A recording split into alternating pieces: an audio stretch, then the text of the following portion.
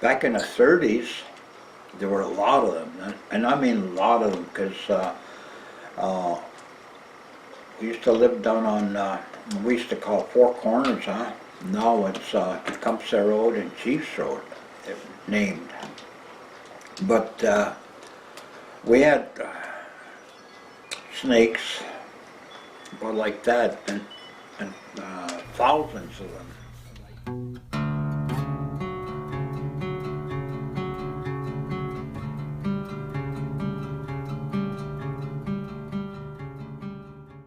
I hardly ever see any snakes around my yard. I don't know why. But a long time ago when I was a kid, there was all over the place snakes, all kinds. Most of the snakes we have around here, they're not poisonous. Huh? That's why when we were kids, we'd be able to pick them up and throw them around. We weren't never scared of them because they weren't poisonous.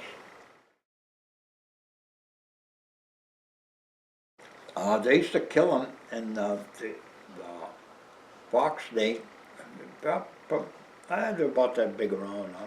And they used to kill them and skin them, and then they'd shove a belt through there, nice white belt, like the working belt there, but like that. They put the belt in there, put the snake skin over it, and then they dry that. And the belt, what size is it? 32, 35, 36, it all depends how big the guy is. The fox snakes I see, they're like they're on the road, eh? They slither across the road, and sometimes they don't make it on the other side. They get run over. Most of the snakes go for the frogs and toads, mice, and maybe that kind of faded out. Everybody's killing frogs. They used to sell frogs across the river, and then what happened there, they put hogs, pigs, whatever you want to call them, they put hogs on the island to get rid of snakes. That's how thick they were. And I still think people are still killing them, especially the fox snake, huh? Because when you see that guy, I've seen him up to about 6 feet long. Can't relate to his age, what he was, but he was maybe 10 years old or so. He ran away from residential school and he wanted to make his way home, but he came to this river and he didn't want to be caught and he wanted to get across and keep going, get away from that place. So he started to swim the river, but being so young in the current, he was losing his energy pretty quick, and he was getting about halfway to where he didn't think he was going to make it, and he knew he wasn't going to make it. He was getting so tired, but he tried to carry on to keep going, but he finally gave up and he couldn't make it, and so he just started to sink in the water. He said he could see himself going under the water and see he's going deeper, and he blacked out. But when he woke up, a snake come underneath him, a big black snake come underneath him and picked him up, brought him to the surface and carried him to the other side of the river and let him off. And I remember that fellow when he told me that story. This story wasn't that long ago when he told me, because he was still alive. He's deceased today, but he was actually crying when he's telling me that story about that snake when he got away from the residential school. That snake helped him. Just like everything else, we have to make sure that our offerings are given and that it's important they're respected, because just like anything in nature, if they're not, there's a consequence. So for example, if you're playing with fire, you get burnt.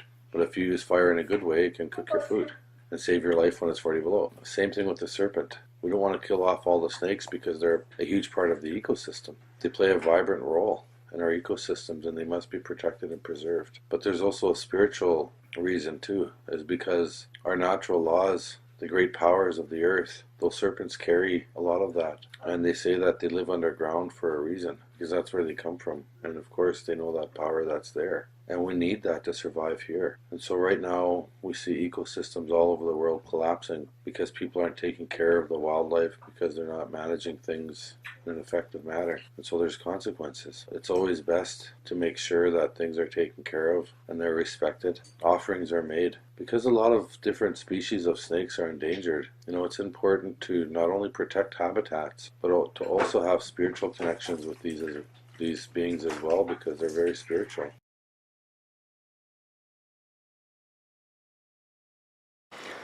Signabig means wild snake or serpent, more like. I heard of that ever since I was a kid, Gnebigoog. And then right from, I used to hear them saying, oh, I'm Gnebigoog. And then right till I grew up, Gnebigoog. And then that legend has been there for years, that St. Clair legend about the snake. 6 feet long to 8 feet. Everybody would consider it a big snake, but they haven't really seen the big ones yet. I have seen one, and he's big, and I know they're out there because other people have seen them. Nice clear water, you could see holes in the banks all along there. The kids that could dive, 20, 30 feet. Some kids can really dive. And that's what they seen down there. And I mean, not just one hole, but a lot of holes up along. They had a clay bank through there, what we call channel bank. So, and again, I guess they seen Signabig up there 2, 3 times, and they kind of stay away from there now. And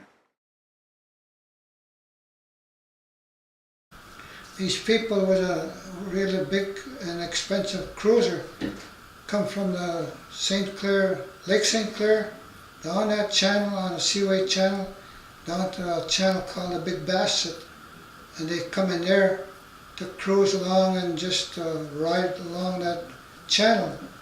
They're just exploring. They don't know where that channel is going to take them, so they start idling along there, maybe 10 miles an hour, just going slow. And they seen these big humps ahead of them in that same channel. And there was many humps. There was one hump, there was a second one, third hump. And as they were studying that, by looking at it very hard and intently, they figured, that's got to be only one snake. Well, that's his body way back here where the first hump is. And the other hump is way up there, close to where his head is.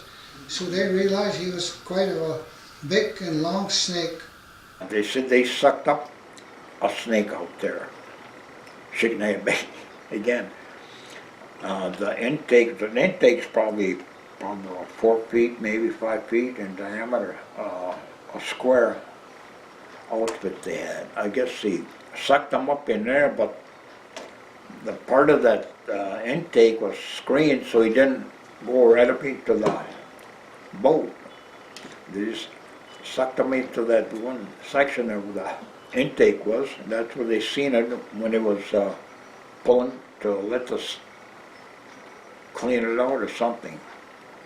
That's where he stuck, and when they pulled him out, here was that snake stuck on the intake. So after that, they just let him go, and they didn't try and keep him or anything. But a lot of people at that time seen him because there were a lot of boats around there, fishermen, and they seen that. That was in the 40s. Yeah, early 40s. I think that's when that happened. So after that, I don't know if anybody. Well, this last one was just seen here probably about 10 years ago down Dynamite Cut Road. Janet drowned there before our bridge was built, and I don't know what year that was. I'll say 1965 maybe. The old folks were saying that meanwhile that Gida Benat ma and that washing. So the one that's in that huge tunnel by the bridge caught another one. And so I presume that must have been a story that came from a long time ago, that every once in a while the big snake there that lives in a big hole by the old ferry needs food and gets a drowning victim.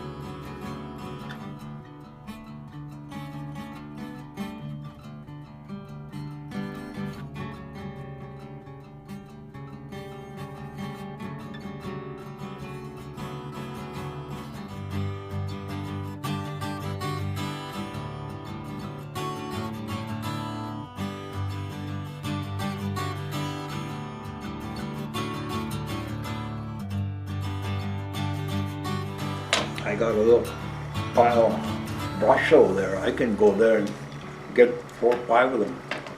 Since they're endangered, I'm kind of protecting them too. And I got a brush pile over there. We can go there anytime, just shake the brush and they'll come crawling out. And anytime I got company or a bunch of kids around, that's what I go and say, hey, want to see some snakes? I go in there and get a couple snakes and show the kids what they are and who they are, what they look like and all that. I'm real careful when I'm cutting the grass. If I see one, I'll move them or let them get out of the way. If I'm driving down the road, the highway, back road, I make sure I swerve to miss them.